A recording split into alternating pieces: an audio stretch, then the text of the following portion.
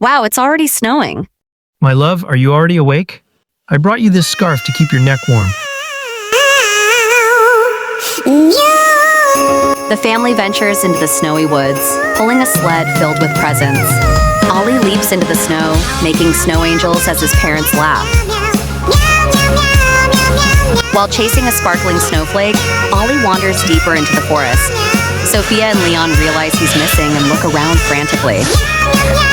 Sophia calls out for Ollie, her breath visible in the cold air. Leon rushes through the trees, leaving footprints in the snow. Ollie stumbles upon an old abandoned cabin, its windows frosted over.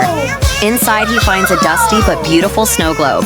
Sophia collapses in the snow, clutching Ollie's scarf that she finds hanging on a tree branch. Inside the cabin, Ollie shakes the snow globe and it magically glows, showing a vision of his parents searching for him. The glow from the snow globe shines through the forest, and a mysterious snow monster appears.